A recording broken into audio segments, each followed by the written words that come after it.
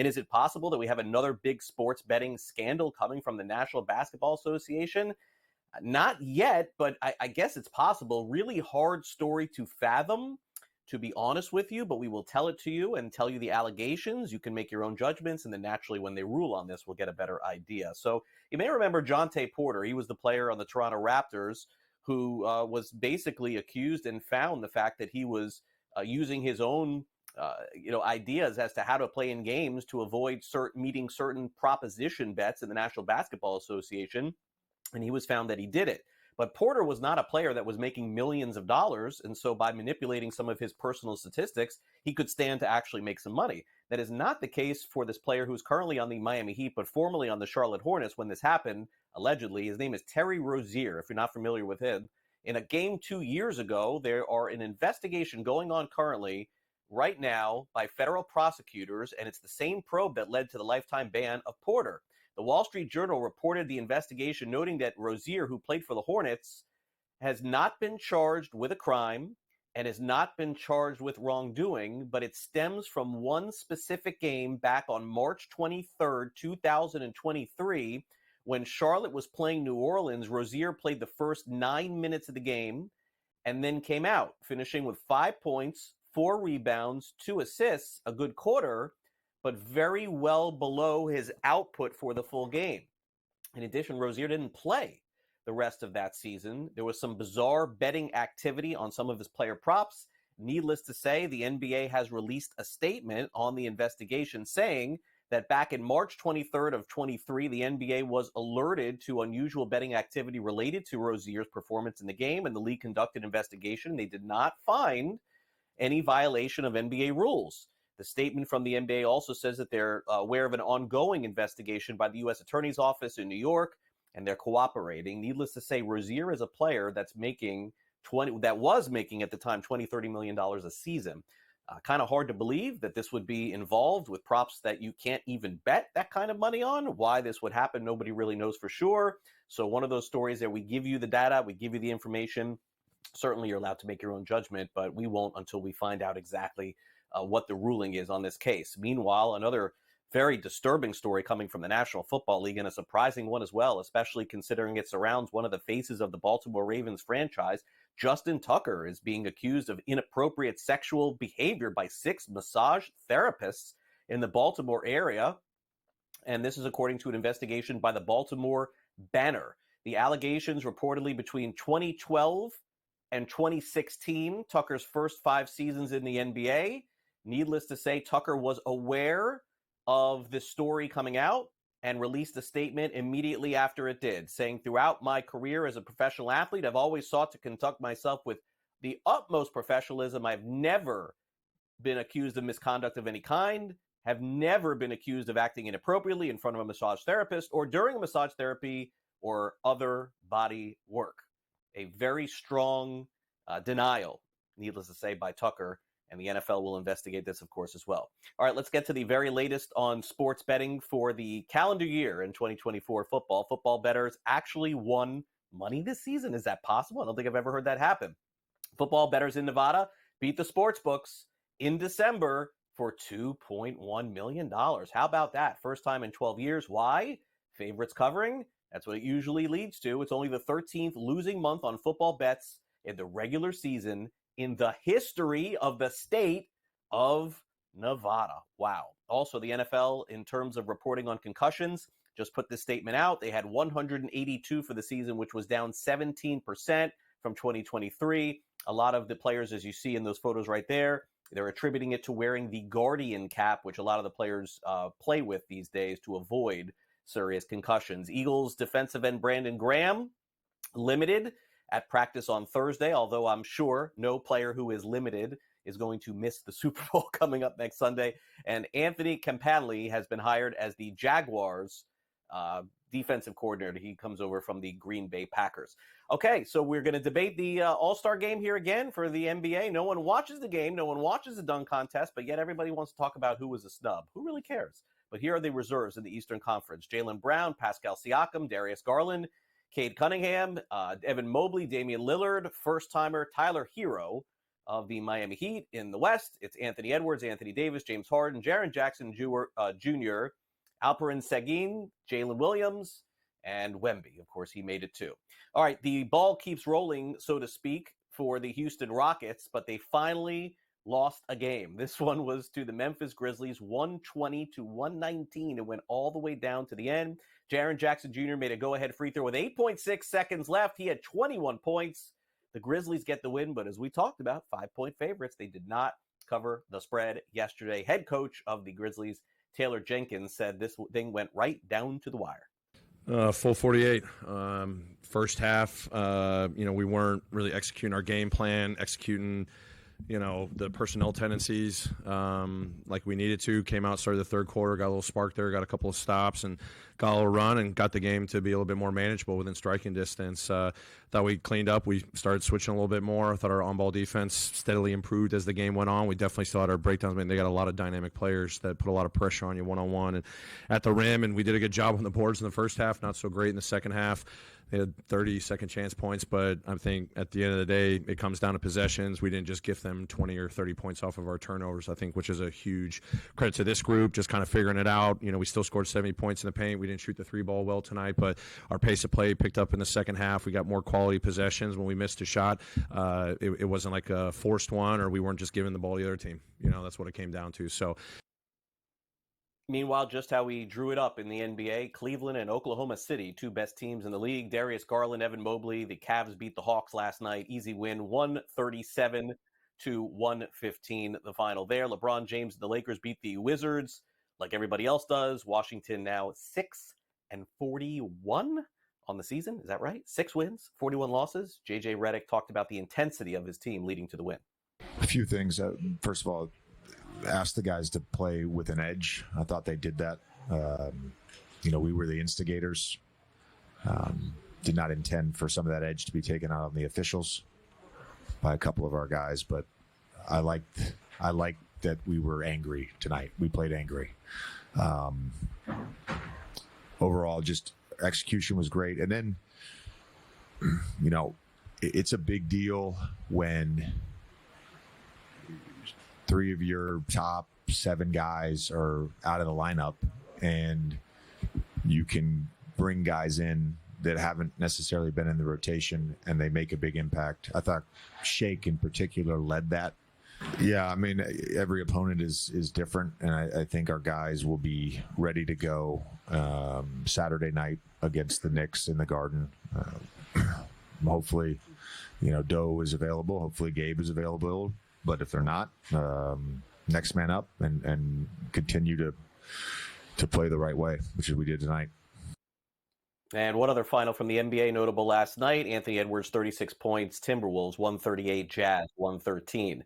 In Major League Baseball news yesterday, some of the final free agents are getting signed. Still some big ones out there, of course, as we head toward February. But Max Scherzer, his next destination is Toronto. 1-year deal, $15.5 million, played with Texas the last couple of years. Austin Hayes signs a 1-year deal, $5 million. He'll play the outfield for Cincinnati this coming season. And Jorge Polanco has decided, the infielder, to return to the Seattle Mariners on a 1-year, $7 million contract. All right, welcome back to Newswire here on SportsGrid. We got Sam McQuillan in the house here from Legal Sports Report. We'll go over the very latest on Penn Entertainment and some other news as well. But the top story on sports betting today is this investigation into current Miami Heat player and former Charlotte Hornets player Terry Rozier. Very similar situation to Jontay Porter. It's over player props, individual player props. And Sam, this one, got to tell you, hard to believe. I know that's been sort of investigated already. They'll be looking at it some more. But, boy, I mean, a player of this magnitude in terms of financially, Sam, and I want to underline that, financially speaking, it's not that Rozier is going to go in the Hall of Fame or anything like that. But when you're making $20-30 million and it's on a single game prop where, I mean, I'm guessing 6 figures was in play for several people, maybe. I mean, that's a heck of a favor. Why not just give those people the money, man? Like, I don't know. To me, this one doesn't add up. I'm going to hope, by the way, that this one is completely false. Yeah, it's definitely a head scratcher, Craig, when you talk about a guy like Terry Rozier, who at the time, I think was the Charlotte Hornets' highest paid player in history. So this was a guy making was a year into his 4-year, $96 million extension. Wall Street Journal broke the news this week that he's been named, or is currently being investigated, rather, by federal agents as part of a larger sports betting conspiracy scheme, a network of gamblers and bettors across the country that they're looking into allegedly manipulating these outcomes of games across not only the NBA, but also college sports as well. We've talked recently on this show about the Eastern Michigan college basketball games that have been under scrutiny as well. That is potentially part of this investigation. So it could kind of all be connected.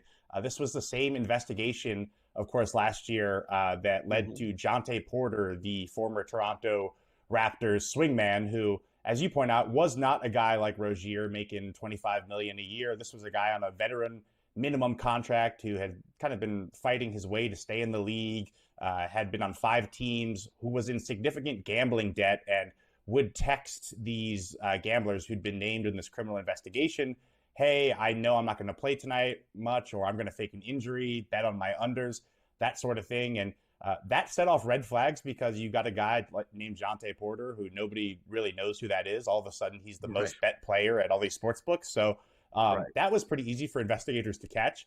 It's a little different with Rozier. He's not a LeBron James by any means, but there are going to be nights when, because of the matchup or something like that, people are going to bet a lot on Rozier. So it was really interesting to see them kind of catch this one game in question. It was when he was a member of the Charlotte Hornets in March 2023 against a game against the Pelicans, in which he only played 9 minutes.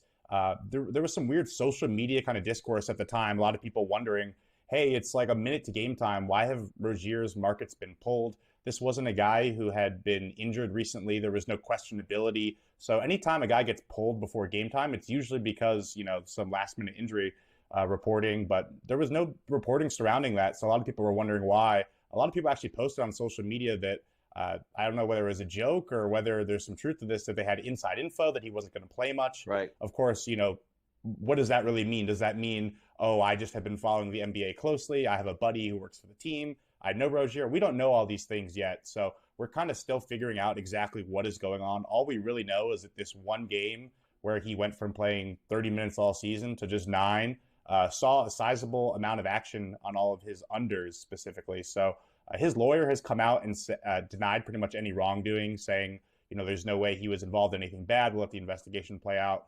I would be frankly shocked if it comes out that he was purposely throwing the game. You have to wonder what the incentive here would be. But of course, there are a lot of dumb people in the world, and athletes can be some of them. We've seen the NFL guys blatantly breaking the rules by, they have the team policy on the door, don't gamble in the facility. Guys doing it anyway, saying they didn't know. Of course, that's different than actually manipulating an outcome of a game. So it'll be really interesting to see what comes out of this. And I don't think it's, this could just be the tip of the iceberg. Again, this is a larger investigation that caught Porter and allegedly involves college basketball as well. So possibly other names could come out of this. We'll see what happens. Yeah, I think Sam just gave us the best line he's ever had here on the show. There are a lot of dumb people in the world. Very well said. Not that he is. We don't know that this is even real, but again, they're definitely. I cannot argue with that. Okay, so this is not an argument of dumb, although I do feel dumb trying to read and understand this story. I got to be honest with you. I read it several times here, Legal Sports Report. It seems to me that there's this battle over the amount of money that they spent in terms of advertising with Penn Entertainment and this whole debacle, how it turned into ESPN Bet. So I'm going to ask you, Sam, to sort of summarize this for everyone watching out there, because I think you're going to have to read this thing. No offense, going to have to read it a couple times to understand it. Yeah, shout out to all the other reporters at Legal Sports Report who do the hard work of digging through the 10Ks, the other SEC filings to kind of make sense of what's going on. And to your point, Craig, even when you do all that, it can kind of seem pretty complicated what's going on. At the end of the day, you have Penn Entertainment, which is a major gambling company, major company traded on the New York Stock Exchange. They've been trying to compete in online sports betting for a while now. And online sports betting is sort of a sum of a lot of investment up front, and hopefully we see the returns later. Now we're at the point where FanDuel, DraftKings, they're starting to see some of that return on investment. And then you have the investors at Penn Entertainment, which had famously bought Barstool Sports to run Barstool Sportsbook. That was a disaster. They sold it back to the founder for $1 after paying billions of dollars for it. Then they moved over to give ESPN a ton of money as well, just to use their name. That so far has not been working out great for the company, although they say they're improving their metrics. And there's been a group of investors at Penn that owns a sizable amount of shares that has gotten really frustrated with that and does not like the direction the company is going. This week, they filed with the SEC in a major move, nominating 3 directors to the board, essentially trying to take over more seats and control away from the leadership that runs Penn right now. So what we're talking about is basically a proxy battle that Penn has on its hands. This group, HG Vor, has criticized Penn harshly, mainly around online betting. Remember, Penn is a company that owns a ton of casinos, a ton of resorts, other assets across the country. They've pretty much said, hey, we've wasted all this money on online gaming, about $4 billion to be exact, and we really don't have anything to show for it. And we're still just kind of being told, wait for the results, wait for the results.